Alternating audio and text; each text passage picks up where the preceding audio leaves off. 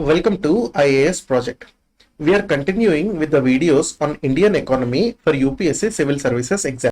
Capitalist economy also has its disadvantages. Pure capitalist societies have very high inequalities. Although there are no 100% capitalist economies as of now, very close to or very highly capitalist societies or capitalist economies existed in the past. For example, 18th century Britain or UK and early 19th century USA were considered as one of the most closest true capitalist societies. In both of these societies, we see the inequality was very high. People were generally divided into haves and have-nots. For example, those who were having ownership of factories, they were rich. However, those who were doing the work, their conditions were miserable. So there are no true capitalist societies today, but economies who tend towards capitalism generally have high inequality also. Since high taxation is against laissez-faire, government revenue can be low and welfare programs may be affected. What this means is that once you adopt the policies of laissez-faire, it means that government interference should be as low as possible. So, government should not interfere in taxation also. Government should tax only those aspects of economy and as little as possible. So, because of this, government tax revenues also will become low. If government revenue becomes low, its welfare activities, programs and schemes also get affected. In capitalist economy, profit seeking is the main objective. However, profit seeking causes externalities like environmental damage and biodiversity damage, societal degradation, and other adverse outcomes. What do we mean by this? For example, a capitalist economy wants its sellers and industries to make goods as cheap as possible. For example, there is a thermal power plant. In thermal power plant, we know that coal is used and the smoke goes into the air, which causes air pollution. If you want to decrease the air pollution, you need to adopt systems like various kinds of filters that remove pollutants from the smoke. For example, sulfur dioxide, NOx, and all these are pollutants which can be removed by various kinds of filtration methods. However, these filters cost money. If the thermal power plant is going to buy these filters, its incomes or its profits may be reduced.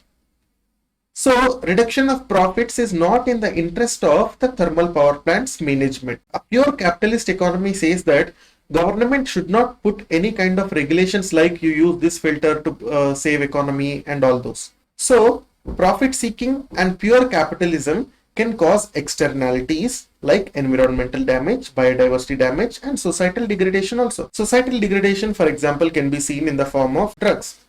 If government is not regulating drugs, a seller of drugs can justify himself in a laissez-faire society that as long as there are people who wants to buy drugs, one should be able to sell drugs. So this is basically free market economy. If there is zero interference from the government, as long as people wants to buy drugs, seller should be able to sell drugs. This causes societal degradation.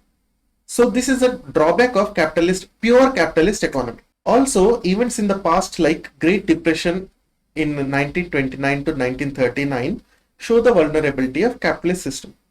We will study Great Depression if needed. You must have already studied Great Depression in your world history topic. If you want me to cover this topic, please comment in the comment section. I may make a video for this. Let's look at socialist economy. Socialist economy is also called as non-market economy, command economy, centrally planned economy, and most common name is state-controlled economy. So socialist economy lies in the theories of Karl Marx. The factors of production in a socialist economy are collectively owned and collectively controlled by the community. As community cannot directly exercise ownership and control, it generally falls to the state or the government. Profit is not the motive of socialist economy, but welfare of the community is the motive. Socialist economy does not believe in private ownership or private control of property. So all the ownership and control is done by the state itself. So if everything is owned and controlled by the state, there is a central planning authority in the state which gives directions on the questions of production. That is, what to produce, how much to produce, how to distribute, when to produce, and all those. Socialist economy believes that resources are best used when they are owned by the community. Socialist economy, that is mainly the Karl Marx theory, believes that profit seeking by capitalists degrades society and it creates inequality in the society. So it is best for the state or the government to take over all the assets in the economy. So state oversees all the economic activities in a socialist economy. State monopoly means that there is no open competition in the market. If state wants no private ownership to be there or private manufacturing to be there, there will be no private manufacturing of any item. So state monopoly is there in socialist economy. State monopoly simply means there is no open competition in the market.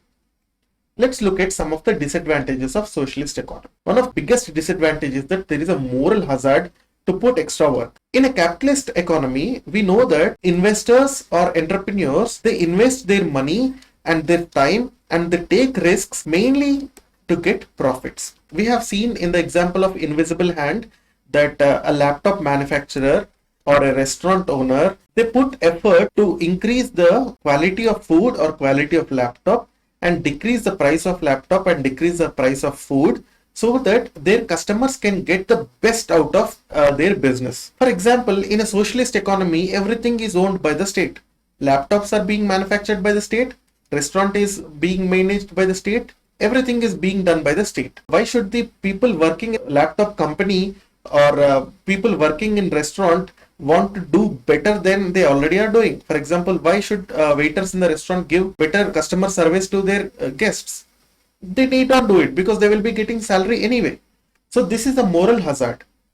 Moral hazard is that they need not put extra effort or to innovate to make their business better because state is running it. People are not running it. Non-market economy is non-democratic also. As long as people do not have freedom to do whatever they want to do within certain restrictions, of course, the society or economy cannot be democratic.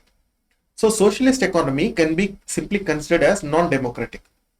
Although in socialist economy, theoretically, people exercise the ownership and control, the people actually do not have ownership and control. For example, if we look at China today, China is very closest to socialist economy, although it is not a socialist economy in the definition and sense. In China, although people are supposed to be ownership of that socialist economy, it is the Communist Party of China which actually owns most aspects of economy and decides what to produce and how much to produce. So people anyway do not have control. At least in the capitalistic economy, they have some kind of control because they are directly involved in the market. Also, socialist economy or a non-market economy is essentially not efficient, as we have seen in the examples of laptop manufacturing and restaurant business. Eventual failure of Soviet Union, despite certain reforms like perestroika, which means restructuring in English, and glasnost, which means openness in English, the failure of socialist economy could not be stopped in Soviet Union. So this also shows drawbacks of socialist economy. Regarding the failure of Soviet Union, regarding its policies like glasnost and perestroika, you must have already studied in your international relations as well as world history syllabus. Let's look at mixed economy. Mixed economy combines the features of both capitalist and socialist economies. In mixed economy, both private sector can exist as well as government can exist. And both together decide on the questions of production and distribution. Part of the economy is controlled by government and such part is called as public sector. The remaining part is controlled by private sector, which means there is also a free market economy. Private sector produces those goods and services where profit is there. For example, in making laptops. So, a company like HCL will make laptops because there is profit in making laptops. However, a company like HCL or any company will not give subsidized food through, let's say, food fair price shops because there is no profit in that. This activity is taken over by government. So, initially, government leaves all those activities where profit is there to private sector. And wherever private sector is not interested, government will take over those sectors. For example, food subsidy or fair price jobs or tackling poverty or tackling inequality. Public sector is also present in those areas where private should not take a role. For example, law and order.